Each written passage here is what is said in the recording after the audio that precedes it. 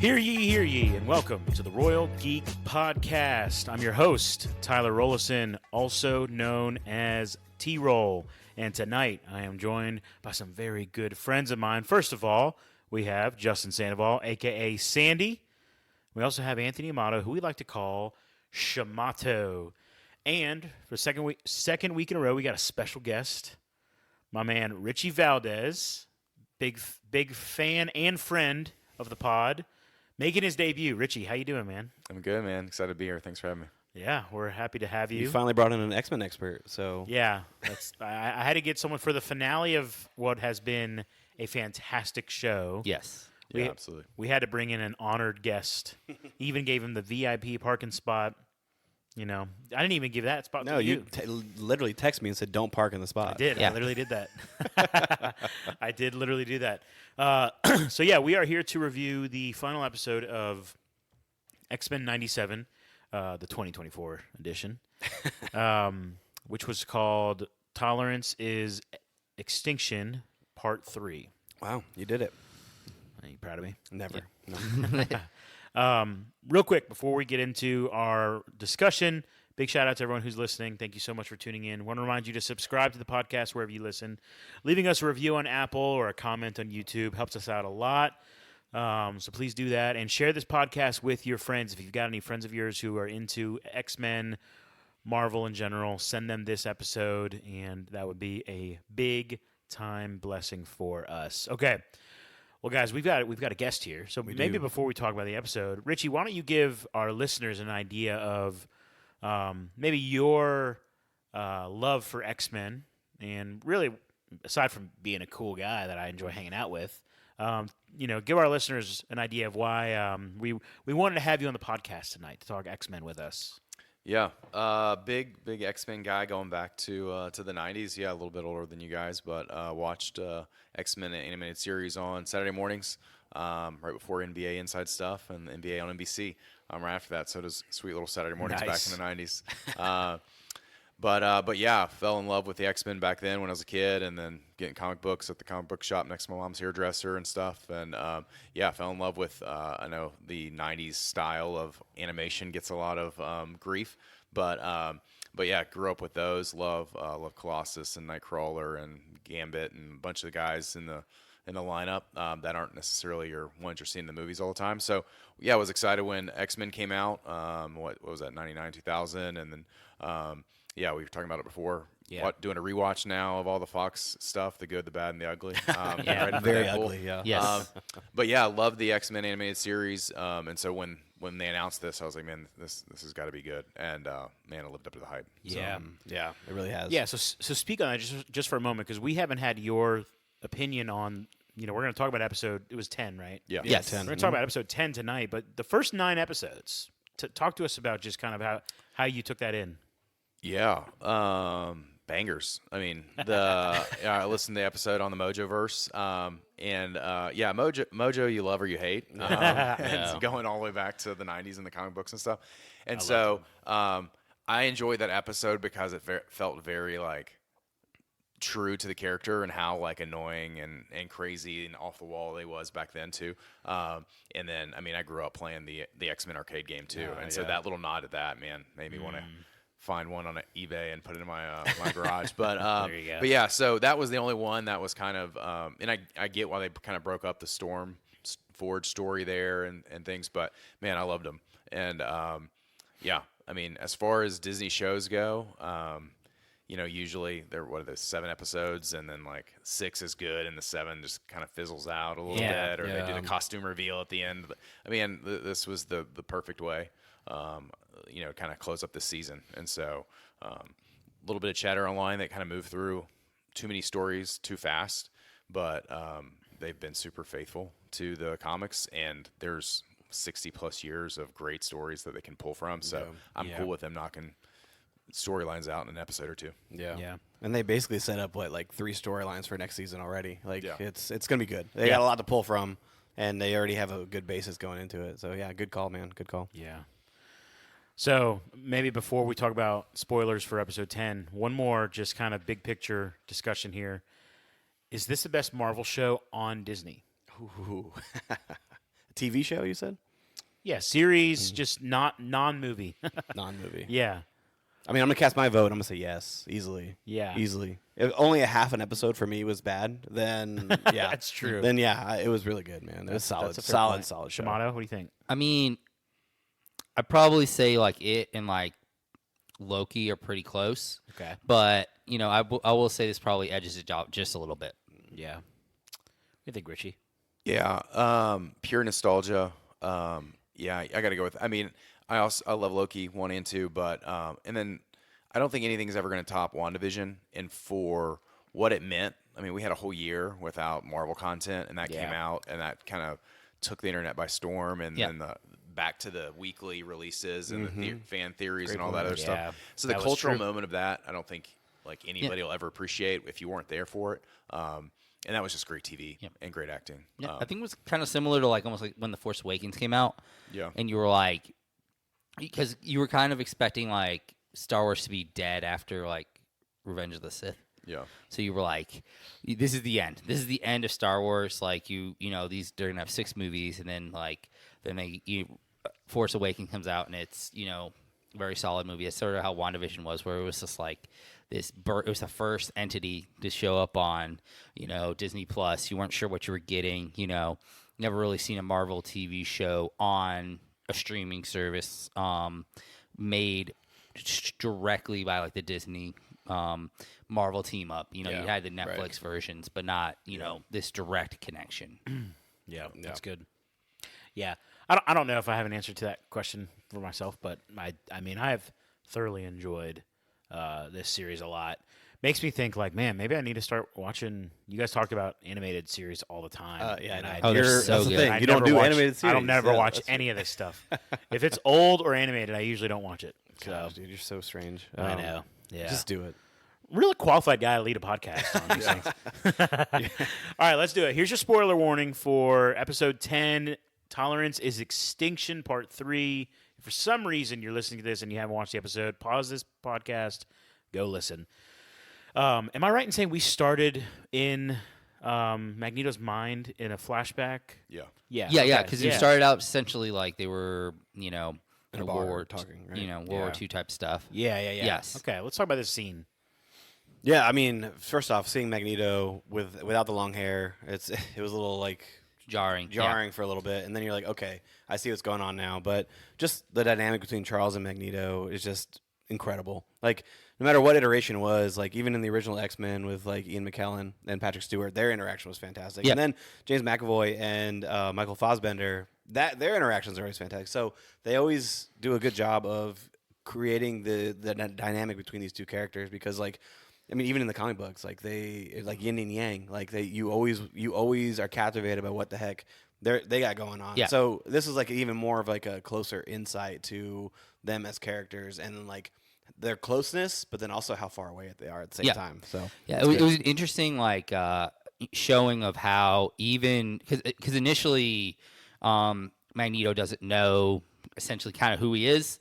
And you, even in this moment, there's this idea and this understanding in their relationship that they, even though he doesn't know, he can automatically tell that their relationship is close. So you get this feeling of like they're bonded so tightly that even without memory, he instinctively knows that, you know, Xavier is something important. But to that him. was after the episode starts where he's Magneto knows, like he's aware. And he's even like, this is it takes him a minute, but he's like, this is a violation. Remember, he says that before. Yeah, I can't, I could be wrong, but it's reminiscent with the lab coats and all that stuff. I think from like their when they introduced their origin in like season 5, I think, of the animated series. So it's a callback to that.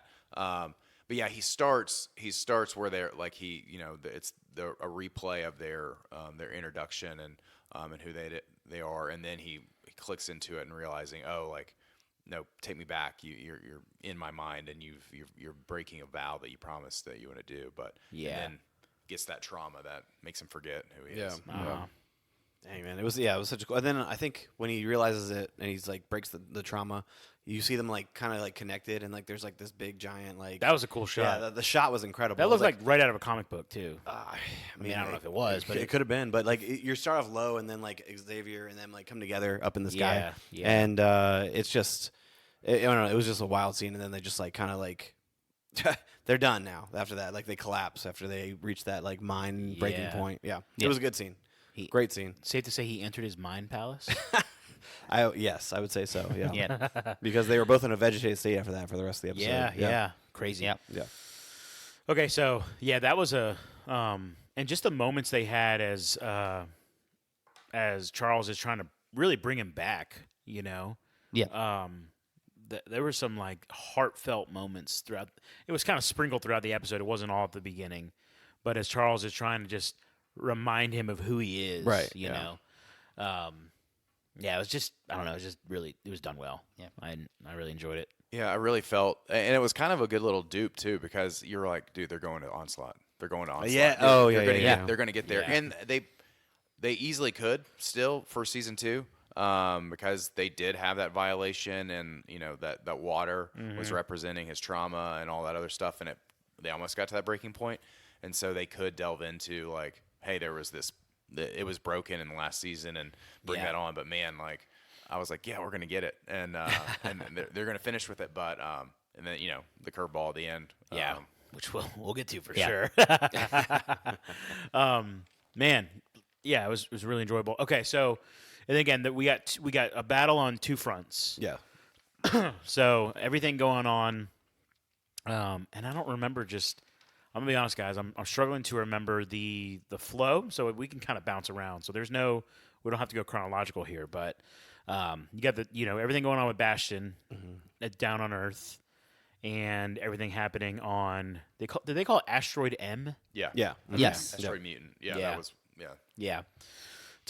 Yeah. Okay. So I guess before let me think. Yeah, everything with Bastion we should talk about first. Okay. yeah, Let's do that. because that was pretty soon after, because at the end he had killed everybody at the Yeah. end of episode 9 or Extinction Part 2, where Jean Grey was in the water, he had everybody captured, and he comes out, and it's kind of like his victory lap, and then Sinister's there flexing and got Cable under his control, and then That's right. yeah. Yeah. And then he's like, he knocks Beast in the head, and he's like choking Aurora, and Forge is getting all Yeah, worked getting- up. yep. And then the birds start flapping. Dude. Oh yeah. Okay. Yeah. Great. You mentioned that. So the scene that they like depicted, like Cable bent over at like this watering hole, and then everybody else like strangled by the Sentinels, and he's just putting everybody in their place, really, right? Yes. And then all of a sudden, the bird starts slapping. Man, the water rises. The Phoenix is awakened. Shimano called this by the way last week. Yeah. And Jean is having none of it and puts Bastion in his place. Like Yeah. the power dynamic. Plucked him out of the sky. Literally, yeah, yes. The shift in power dynamic was so awesome to see, man. Because I mean, Bastion established himself as a pretty hardcore guy because he just got literally put every single mutant in their place, even Omega level Storm. Yes. And then here's Jean Phoenix Gray, right? Yeah. Completely flipping the script, and then now she has full control, puts everybody, frees everybody, puts Bastion in his place. Sinister completely rips the DNA from him. Like Yeah. that whole sequence was incredible. Like Yeah. absolutely Yeah, incredible. that was crazy. That was dope. Yeah. Show that me was my insane. face. Yeah. Oh, wait. Oh, the morph. Show me my face. Yeah. Dude. It's, Yes. he's like, looks the same to me. Yeah. Yeah, like that was great. I do feel like they do like an interesting like little foreshadowing before the actual emergence of the Phoenix. When she was in the water, I was just like, I felt like that was going to be Phoenix, like that she was going to emerge out of the water as Phoenix, and then they go to like they show her for just a second, and then they do the whole everyone else is kind of like the all is lost moment a little bit. Yeah. It's kind of like one of the earlier ones because there is kind of one a little bit later too, but you get this moment of like, oh, everybody's in their place, and then she comes up. But I feel like they foreshadowed, and I was like, oh, that's gonna be Phoenix. Yeah. Like that she's gonna emerge. But it was really cool just seeing him just like putting them in his place and like, and you get to see these scenes of the mutants just in just completely beaten down Yeah. by Bastion, and you see his power, and you really see him like emerge as the dominant villain.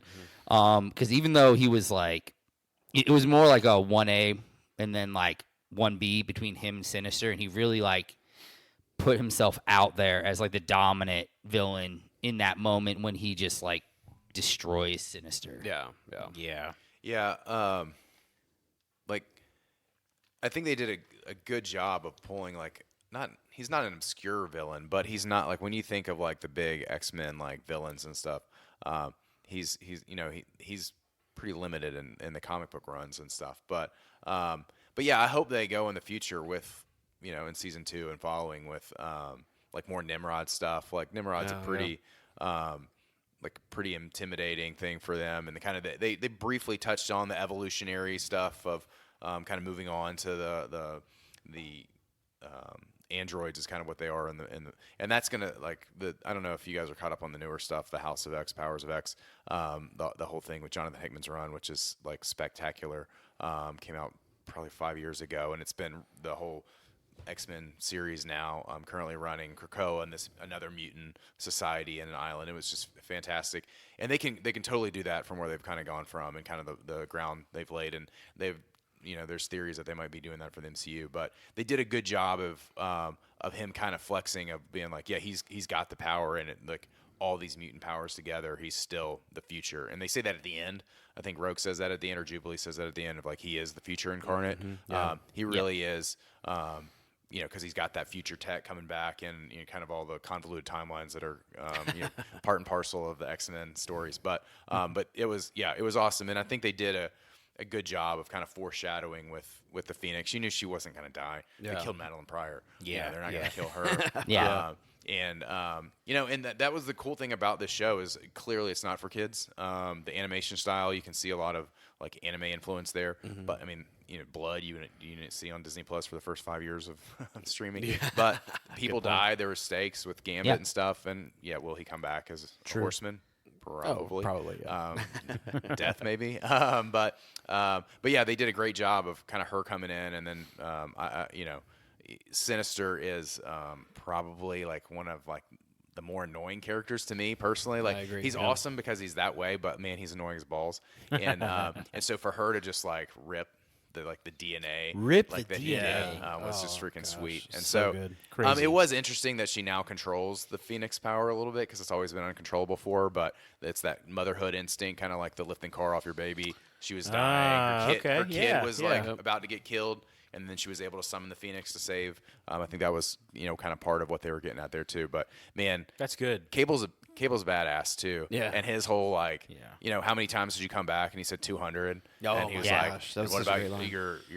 your often cloned mother? And then he was kind of like, how's your mommy doing? Yeah.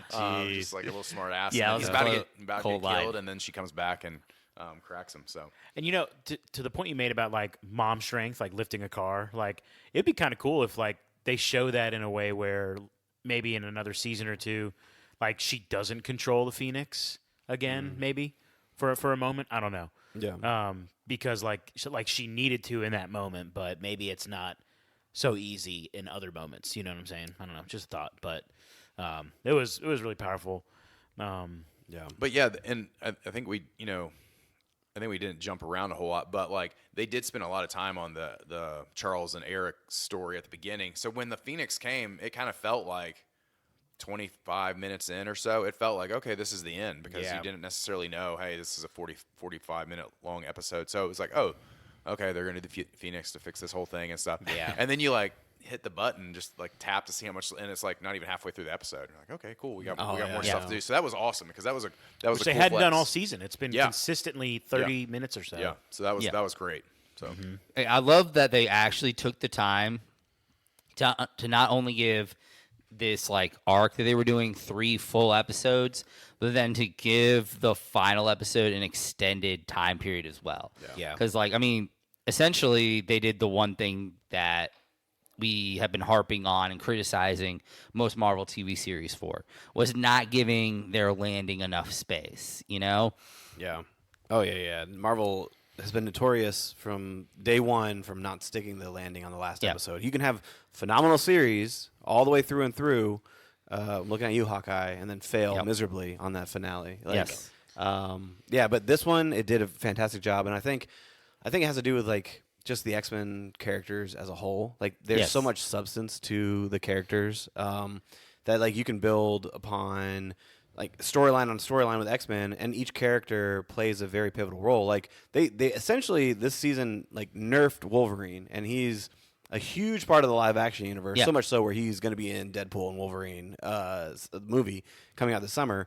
But I didn't care. I didn't care that Wolverine was on the sideline during the series. They completely, because that's what, like, and we were talking about this before, like the Fox X-Men original trilogy, X1 and X2 are great, but they turn Cyclops into a douche, They like did, whiny yeah. little Yeah. turd, and then they like take Wolverine into like superstar role, which he's never been. He's never been the leader. I mean, yeah, they did the blue team and the gold team and stuff, but he's always been, when it's been that X-Men dynamic, he's always kind of been the hunter. He's always kind of been the bad boy, but he's never been like the main guy. It's He's the always guy been you Scott. sick. You like Yeah. sick him. Like Yeah. you tell him, you point him in a direction, Yeah. and he goes like that kind of thing. And they- he's like a definition of like a soldier in a Yeah. lot of ways. He's not a lead. He's not like the guy at the top. He's the Yeah. guy you send out. Like he's like special ops. Yeah, and Like like Cyclops is like, he's still got whiny turd like characteristics to him, but they took him from being like a whiny cop to kind of being like the leader, and then they gave him the father redemption arc a little bit too with Cable, which was cool to see. But like, yeah, they did a good job of like recalibrating what Yeah. we expect these characters to be versus what we've seen in the pages for 60 years. and Rogue. Yeah. Like that was. I think that was one of the most criminal things about Dude, the. Rogue doesn't exist in the X-Men. Yes. Foxverse. Yes. Like That's the chick from what is that? Vampire. True Blood, yeah. True Blood. Yes. Terrible. Yes. Terrible Cajun accent. So. Yes. Oh gosh. But yeah. Like legitimately, I think that's one of the most criminal things they did. Was just like. Yeah, and I know you've been listening to our episodes, and I've talked about that. Like, I didn't know Rogue was so freaking badass. Like, Oh yeah. literally had no Well, and idea. even in this episode, she goes like toe to toe with Bastion. Yeah. Like when Bastion Yeah, is like bro. winged form, does like the clap. he's like, oh yeah, she I does the know. whole She does clap. the whole She like clap. she Oh, mana gosh. steals him, but like Yeah. takes his face and drags him through the moon. Oh, That was man. dope. Yeah, Yeah. it's so good, man. Yeah, she wrecked him for a majority of the first part of their fight, but then obviously, like, I mean, you mentioned Blood being on Disney Plus. Robot Blood, with his face was like all matted his and like, jaw like was just dislocated. disgusting, and like his Yeah. eyeball was out of the socket. Like he like comes back together, and then he like he he tears it up now, and then Yeah. he's on the tear. Like to get to that point, Yeah. he ripped Cable's arm off, took the techno-organic virus out of Yes, him, correct. and then like turned it into like mushy tentacles, and then got the freaking badass Archangel wings. Yeah. and, like So, that okay. was sick too, because you're like, dude, he's leveling. It's like when you beat the boss and then he levels up and you got to beat the boss again. He So, like, okay, leveled so up. you mentioned Cable's arm. We're not like as full into the comic book universe, but I know that his arm is something in particular. Like he can't use his powers fully because he's using it to keep his virus at bay. Yeah. Can you go more into deeper on that? Yeah. So when I guess that was the last episode when he's like going toe to toe with Jean Grey, Yeah. and he's like, my mother was a world class telekinetic just like you, like it doesn't skip a generation. So he's a badass. He's got telekinesis, he's got the telepathy just like Madeline Pryor does. But then he uses that because then he was infected with that techno-organic Yes, virus. correct. So he Yeah. uses that to keep him from taking over his body. So he goes into the future. There's a whole line with Bishop, and then he's got a clone called Strife, who's his biggest enemy, and that's a cool little run where they go head to head. But yeah, so he's using a lot of his power to keep himself from dying from that and being taken completely over. okay. And so, but then at one point, and I don't know if this is in the animated universe yet, but at one point, he gets cured of the techno-organic virus in the future, but he loses his arm, and so Forge builds him like a cybernetic arm to kind of replace it, which is kind of makes him kind of back to his normal form. But yeah, he's super talented and powerful and kind of do that. But yeah, he uses a lot of his strength and his mental capacity to like hold the virus back in the arm. In the arm, yeah. So it doesn't get to his head and stuff. But, yeah, that's pretty awesome. And that's why when Bastion took the arm, he like embraced it and like he molded it over him, and the Archangel looking wings were pretty cool. But then like it gave him more of a robotic, like metallic, like type of like. I mean, he looked really cool. Like he looked incredible. Yeah. But it gave him that little extra juice that he needed to go up against everybody. Yeah. But it sucked for Cable because it kind of like took him out of the game. Like he ended up in this like his arm wrapped and everything, and on the sideline in a bed, couldn't do anything from there on out. But then Bastion went on a tear. It's like sitting at that same diner that Nick Fury was sitting at with Tony Stark. Yeah, it essentially. kind of looked like it. Essentially, yeah. But yeah, Bastion, he goes on a tear and he's like taking out everybody. It's like Cyclops, like he's getting ready to crash Asteroid M. That's his main goal. But the Cyclops getting ready to unleash his full power just to hold him back was pretty incredible. But before that, he's like, Jean, let's what is it? Force Ghost down and talk to Cable. And this is the scene you're talking about where dude, I okay. freaking teared up, man. Yeah. Yeah. Astral projection. Yeah. Yeah, you know what? Yeah, it was a little emotional. This scene was very emotional. Yeah. It was very emotional. But when Jean suppressed his eye powers and showed his eyes, like that was very touching. Dude, that hit me, man. The conversation, man, was fantastic between Jean, Scott, and Cable. It was incredible, absolutely incredible. And Cable kind of had that closure of Dad's not a douchebag like I thought he was, that kind of thing. Well, and it kind of the callback too to like when he asked him how many times have you tried to do this, and he said 200 times, gives you kind of a look at like his chip on his shoulder. Like every time he's talking to Cyclops, like let's stop with the pop pep talks, whatever. Like because he's like heard the same crap 200 times from Cyclops coming back over and over and over again. So he's kind of just fed up with it. But at that point when he's like, oh, it's going to be this sort of ending, huh? And he he lets his guard down because this is uncharted territory. He's never gotten this far in this mission before. And so that was a cool heartfelt moment. And then, and you get to see his motivation of like why he was so angry. He's like, everybody idolized the X-Men in where I came from. They look back on your exploits, and I should have been here. I should have been part of that. Oh, yeah. And you abandoned me for that. And then, Scott gets to kind of tap back into the Corsair, abandoning him and Havoc in the past and stuff too, and kind of the sins of the father type of deal. He said he wasn't going to do that, but he did like 2 minutes later, and they put him in the future. So he got a chance to kind of explain himself, but also reconcile a little bit, and then towards the end we'll get to see what happens because that's getting ripped out of the pages of the comic books too, so that'll be cool to see what they do.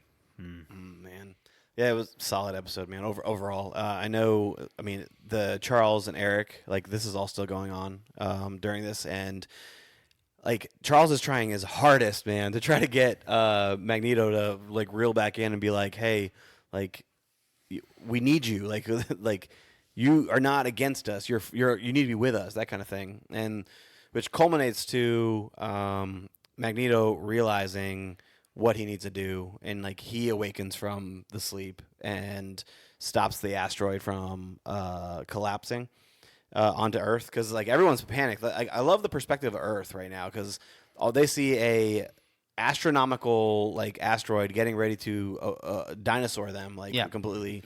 Well, and Which is their they blame them. Right, It's exactly. their fault, but it's one of those things where it's like they blame the mutants. Of course.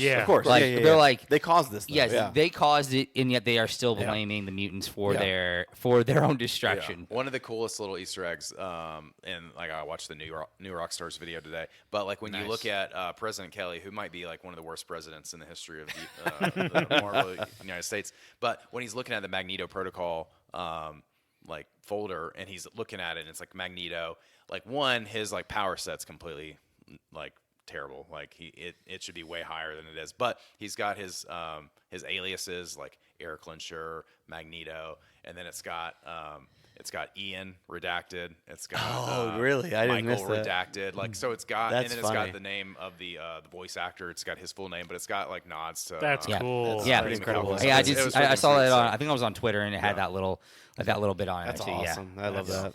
That is really cool. but I mean, we didn't even talk about the cameos. Thank you. Oh, yes, Freaking there yes. you go. say it. Yeah, that's a whole section. That's yeah, why. Cloak yeah. and Dagger. Dude, I Cloak mean, and Dagger. Oh my That goodness. was crazy. Listen, when I saw Cloak and Dagger Well- on there, dude, it was great. You didn't even watch Cloak and Well, Dagger. I know, but there was when we got 2 shots of them, I think. Look, we did. Yeah. And the first one, I literally was like, "Who the frick was that?" Yeah, and then the second. And then the scene. second one, I was like, "Oh my gosh, was that Cloak and Dagger?" Yeah. I literally One of the I most said that out loud. underrated Marvel shows out there right now. If you have not watched, have you watched Richie Cloak and haven't, Dagger? no. It's so good. It's underrated. It's very teeny, 100%. Like, but they go hard. They absolutely go hard. It's so good. But Cloak and Dagger, even in the comic books, like it's so good. Well, and they even did like the Peter Parker, Mary Jane Yeah, with yeah. like Flash Thompson walking behind him. And so that was like, because that's in the same universe as the Spider-Man animated show, and which is resolution there, because like in that Mary Jane, he lost the Mary Jane that knew who he was, and so he was trying to find the Mary Jane that didn't remember he was Peter Parker, and so like so that was pretty cool too. But man, I mean, you had Doctor Strange Yeah, Doctor doing Strange. surgery. The world's Yeah. about to end. Candlelight. He's doing surgery under candlelight Yep. with his powers. Daredevil. Daredevil. You know, it was Yeah. really cool just like seeing Disney flex its muscle. Yeah. You know, with here's who all the the IP we have. yes, Yeah, yes. yeah. I mean, That's right. Black Panther. You know, like Oh, yeah, you yeah. know, with T'Chaka. T'Chaka, Yes. which is But awesome. the old '90s Iron with Man the cape. Oh yeah. yes, yeah, Iron Man was yes, freaking him sweet. and Captain Captain America, America. with President In the Kelly. council. which Yes. we know because we're like behind the scenes, you seeing it that like Cap was saying, "Hey, don't do this," and then Iron Man T'Chaka was saying, "Don't do this," but they still fired the nukes at him. But could we be setting up like the X-Men to be like, "Hey, you guys shot these freaking nukes at us"? Yeah. The Avengers versus X-Men, which Yeah. is another fantastic run It in is. the It comic really books. is. Yeah. Yep. That one's Maybe freaking so. fun. Yeah. Which yeah. Like I brought up a cool idea of like what if the differentiating factor is like how superpower beings like Captain America like essentially are on one side, and there's something to that can detect mutants, the difference between a mutant and another powered being, and basically that becomes like that becomes like the wedge between superpower beings that are not mutants and mutants, and that ends up Avengers versus X-Men like that. Yeah, And then whatever that is the seed for the Sentinel program later on as well. Yeah, right now, I don't even care if it's like live action or animated. But now I'm like, dude, they've nailed these animated. The X-Men has nailed the comic book storyline. So like, part of me is like, dude, I want to see it animated. I Like, do too. Yeah. I don't care if it's live action, like Tony Stark versus whatever. Like, let just keep it in that universe in the like the late 90s, because eventually they'll get into the 2000s, and it could kind of be around that area. Yeah. But man, that'd be sweet. Well, and it'll be I'd be okay if they brought back like I don't know, what if they do that and they bring back Robert Downey Jr. as like the voice of Iron Man. I'd be all right with that. Like them bringing him back for that Is it role. $25 million just for voice acting? I mean, They got it. yeah, they got the money. They could do that. As long as my ticket prices at Disney World don't go up. Yeah. But yeah, like I mean, They with only super- 5 to take. So. That Disney cruise is going up too. Everything's Yeah. going up. Because like I am one of those people that I feel like people talk about like Iron Man coming back, like Robert Downey Jr. coming back as Iron Man, and in any other capacity other than like live action or like a flashback, I feel like would be dishonest to like what he did in correct. Endgame, So I feel like this would be a way to get him back in there a little bit without it feeling like it was cutting into his legacy as Iron Man. Yeah, and I think everything they're saying, not to shift gears to Deadpool, Wolverine, but everything they keep saying about that movie, like, hey, it's not going to hurt Logan, it's not going to hurt the Logan legacy, like, because that landing was stuck. It was, Like, yeah. Oh, I mean, yes. that's a 9.75 out of 10, like just movie, not comic Yeah. book movie, just a great freaking movie. Yes. But so they keep saying, hey, we're protecting that. This is going to be,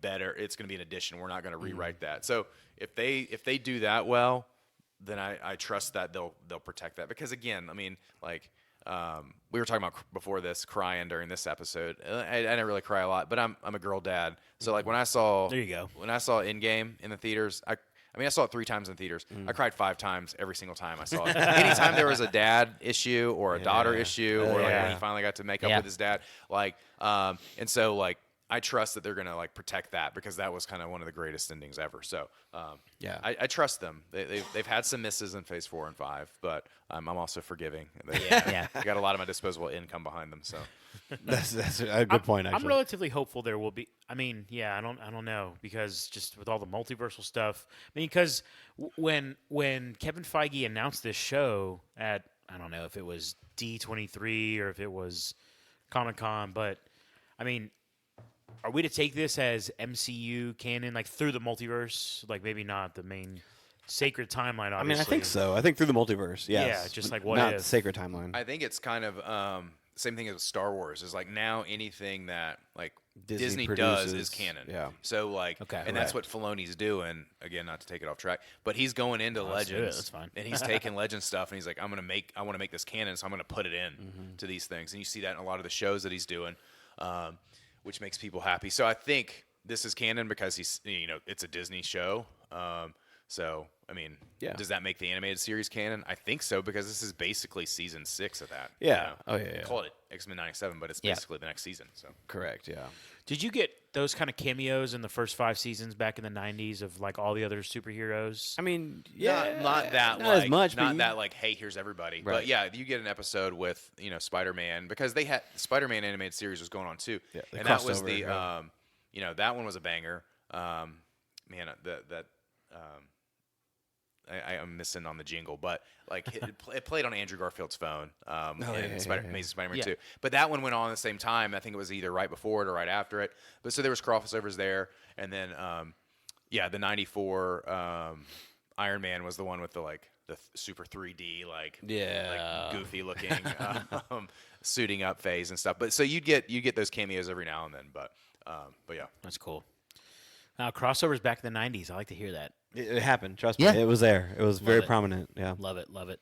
All to sell toys. Oh yeah, 100%. All right. Well, maybe we could have a whole nother conversation another time about maybe what this could mean. Actually, you know what? We should do a pod just previewing Deadpool Wolverine at some point. That'd be And that'd be Richie, great. if you want to come back for that, that'd be great. I'm sure you'd be well suited for that. Why don't we finish our last few minutes talking about the end of this episode? Yeah. So Yeah. real quick, just to breeze through some, like they're all trying to stop the asteroid. They can't. So everyone's freaking. Well, we skipped over the the nuke. we skipped over the pitch to Cyclops going Xavier and be like, hey, we Oh, yeah. can't fight him. We should try to convert him. Yeah, that's Yeah. right. Yeah, That's yeah, right. yeah, And yeah. Sorry. which was like the most X-Men thing ever, which is Totally. like, you love the X-Men because of that. Like, they stand for something, and at the end of the day, they're going to do that. And was Bastion coming to join them when the gravity core got blown up? Was he coming when they said grab on? He looked like he Kinda might have been- looked like it. but then he was getting sucked into like whatever that black hole was with the gravity core. Like, was he? Did they win him? Did they convert him? So I mean, I think that was kind of the most. Hey, like, because earlier in the episode he said when they were in the blue area of the moon, he's like, Xavier's students never learn. Yeah. But like that was showing that Xavier students do learn. They did the Charles Xavier of like, hey, like let's show the world what we're about. Let's stop fighting the future and embrace it and welcome him in and try to convert him and save him. So that I thought that was cool. But yeah, That was they cool. blow it up because the humans try to nuke him. And Yep. And they all get thrown into different periods of time. Well, yeah, but it was before that. I mean, I just think it's amazing, like how none of them can stop it. Yeah. But together, none of them can stop it. But then Magneto wakes up and he's like, "I got it." yeah. Don't worry. Yeah. He's like, Which hold, was- hold my beer. Hold on. Yeah. the Magneto lives, like his Oh, face and all that yeah. stuff. That and then when like Wolverine stabbed him, like at the end of the last episode, those were the two most like Iconic. clearly these guys are paying homage to like anime in the animation style and like the way they like focused in on like the shaking of the blood and the shaking of his head and stuff. yeah. Like it was like, man, this is kind of a love letter to anime and this Yeah. animation style, which like the animation style, like I don't know if you guys have talked about it much, but like it's been freaking perfect. Yeah, it's like been- Oh, yeah, it's been amazing. it's been like The close-up shots have been Close-up. really what you've wanted to see, like the emotion and the like the anguish that you Yeah. see from these characters close and then up. like you at the end of the father scene with Cable, the last thing you see before they fade out is like a tear in Cyclops' eye, and then the next thing you see is he rips off his goggles. And there's the tears coming down his face when he's going full blast on everything. And it's just like those little things. Like That it's full just, blast was awesome. Yeah, I know, yeah. It reminded me of like Marvel vs. Capcom. Oh, when yes, he his does the finishing special move, and yeah. his optic glass is the size of the screen. That was dope. Yeah. And is he the one that like because they said that his power can tear holes in space and time, right, or open up portals? Who's that? Cyclops? Cyclops, yeah, Well, that's a full power Cyclops is like it's unbeatable. His beam is crazy. Like Yeah. So like, Yeah. is that the reason they got sucked into another time? Like, I was. I think wondering it had if something to do with the gravity core, and just the magnetic pole. Like I had to do with it was a bunch of stuff. It coulda that had a was factor, happening. though. Yeah, I'm gonna go with like my theory is Apocalypse. He Okay. he pulled them back, and then he sent them forward. Both of them are in Egypt, just Yep. 6,000 years apart. Yeah. I do like they do mention like the way they make it sound. They made it sound like it was someone, Yeah. not necessarily something. Yeah. That it was. Okay. I think it's when Bishop is talking to Forge. Yeah. He kind of alludes at the fact that it wasn't just like a freak occurrence, that it was a being of some purpose, sort. yeah. Like somebody did something to get them to where they were. Yeah. Yeah, and which we do. We see them all scattered throughout time. Yep. And you see Scott and Jean. They are in the future. Yes. Was it 30 3630 or something like that. Yeah. Okay. Yeah. Talk to me about the significance of that. Like, why are they with the rest of the team? It can't be by they were, chance. They were It's split not by up. They were chance. split up on purpose, I think. Yes. They've Yeah, gotta so be. that's the so in the comics, so the lady that introduces herself that comes out's the leader, Mother something. Mother Ascani, whatever. Ascani. So that's Mother Ascani. So that's Hope Summers. So Isn't it she's Rachel. yeah, Rachel Summers, Yes. and she comes back, and it's one of the Messiah complex ones that they do, and she becomes Hope Summers. Okay. She actually cures Cable of his techno-organic virus at one point. He gets cured multiple times in this time. But so that's and so she's from like the past, but then she goes in the future. But at one point, she pulls Scott and Jean into the future to raise Nathan for a little bit. So Yeah. they rename themselves. They don't know, like he doesn't know they're his parents and things like it's kind of crazy. So it's like, are they blending that story somehow where they get up there, they get to raise him a little bit, but it's not the same way they're pulled in there, or is this Apocalypse somehow like because every now and then he goes on the hunt for horsemen, and Yes. clearly he doesn't have any.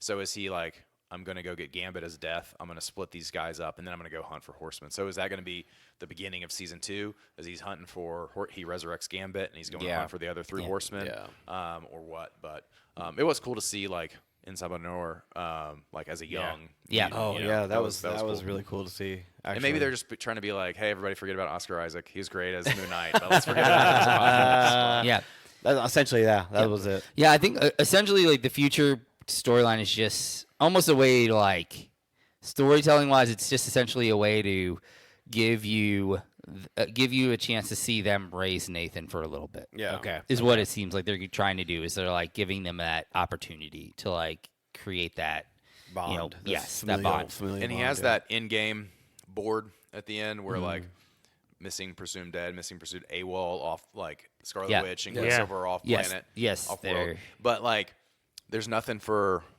Xavier or Magneto Yeah. on that board. So we don't know what happened to them. That's true, actually. Well, no, Really? no, they they're, did. No, they're they in were in Egypt. Egypt. They were in Egypt. They're in Yeah, Egypt yeah, in the yeah. past. Yeah, Well, so they were in the past. Here's yeah. my question. So yeah, in Egypt in the past was Xavier, Magneto, Magneto, Yeah. Beast is there. too. Beast. Beast, Rogue. Rogue. Rogue, Nightcrawler. Night. Really? Yeah, Nightcrawler. Yeah. Okay. Yeah. Where's Morph? Where's Wolverine? I think they're still in present time. I think they're in present time, yeah, because remember that he's on the hospital bed. yeah, they're in the Which- hospital bed where he just a switch that's no, but all that happened on Asteroid M. Yeah. One of the. I did, yes, you're right, yeah. That's so all- one that's- of the writers for the show like got fired right before, and and nobody knows why yet. So you don't know if it was being like just terrible human or what. Sure, but sure. he's been like super active on Twitter, Yeah. with, like theories and like, hey, you should watch these episodes before it came out. But like someone asked, wear like Morphin, Wolverine, and then he wasn't saying. And then somebody's like, "Hey, are they in the past with everybody else?" And he just said no prize, and it's kind of a nod back Wait, to he like said what? no prize. So back in the day, like he used to write into Stan Lee at Marvel Comics, and if you like had a theory and it was right, then you got a no prize. And it's Oh. like, hey, like we're going to send you a no prize. Basically meaning like, hey, we're not going to send you anything, but you were right. And so it became Okay. this badge of honor. If you write in, you get a no prize from Stan Lee. And so he's kind of saying like, it's kind of his hat tip maybe that like, yeah, they're in the past. Your theory was right. So maybe they're with everybody else. But yeah, it'll be interesting to see why they didn't include them there. Kind of hope they're somewhere different. That'd be fun. Yeah. Just- Yeah, like like which the Morph and Wolverine scene was pretty interesting too. Like Gene couldn't that's be right. here, so Yes. I'll do it myself. And then Which is also like a kind of play on like the whole like how Morph actually feels about correct, Wolverine. yeah. Yeah, he You was know? using that, but then also that goes back to Scott coming up to Wolverine and saying, "Hey, don't you dare let her break her heart," because he Yes, knows yes. like how Jean feels about Wolverine. Yes. But it'll be interesting too because when Wolverine loses his adamantium, he goes back to like the feral Wolverine. Yes. So will he be recruited as a Horseman, yeah. because he's like not controllable now? Wow. that'd be sweet. Yeah. He's had some cool Horseman lineups in the past. It'd be Oh, sweet. What there's they been do. some sick ones, yeah. Which you mentioned, we see Apocalypse at Genosha, and Yes. he post credit scene, and he has ashes in his hand, and like it's kind of like dissipates, and it's Gambit's one of Gambit's cards. Yes. and he smirks, which seeing Gambit as a horseman in the future is going to be fantastic. And then he also says, like, my poor children, there's been so much death. You know, and death's one of his horsemen of the apocalypse. So maybe he'll Yeah. be the horseman of death. Which would be That cool. would be that would be incredible. But be sick. Yeah, for him to get a lineup of horsemen in the next season would be great. And the fact that it says to be continued, I cannot wait for this second Yes. season. It'll be incredible. I mean, X-Men '98. I don't know what they're gonna do with that, but or X-Men 97 BC. I don't know. 97-2. Yeah. Like, are we gonna get a season where there's like storylines and separated by 6,000 years? I mean, that's what we're looking at right That's now. amazing. Yeah, Yeah. yeah. I can't wait, man. This is a top notch show for sure. Oh yeah, for sure. It's great. Okay. Any last thoughts? This is your last chance to speak anything on your mind about the finale or just the series in general. I mean, this series has me hyped for season 2 and Yes. excited for Deadpool and Wolverine. Yeah, So, and just like it really has you like hopeful for the future of the collaboration of the major Marvel entities. You know, Mr. Fantastic as well. We didn't talk. Oh, yeah. Morph, There was Mr. a Morph was Fantastic, like had a cameo as Mr. Oh, Fantastic. at one point too, he had to fly down and he morphed into like the little pterodactyl guy. I forget his name from the Savage Land. shoot, yeah, and it was right. like it was just the most random. Yes. but yeah, and it, like some of the cameos we missed out with like Psylocke. yeah, Psylocke and the Oh, yeah, Canadians, they had some great ones, and then Omega Red and yeah, Yeah. that's right. Dynamo. Okay, Red did they Dynamo. did they have Silver Samurai do anything besides Yeah, stand just there? stand He just there watched. brooding. Twice. That's Yeah, what it was. that's all literally he the did. same. It's the same shot from like 3 episodes Which ago. Silver Sandman, he's really cool, man. Like Yeah. he's actually a cool character. It's like, I want to see him slicing something up, man. Yeah. Like, let's do it. No, yeah, I think Omega Red was cool. Shogun, I like literally that. like the show, just standing there, no action. No, I think it.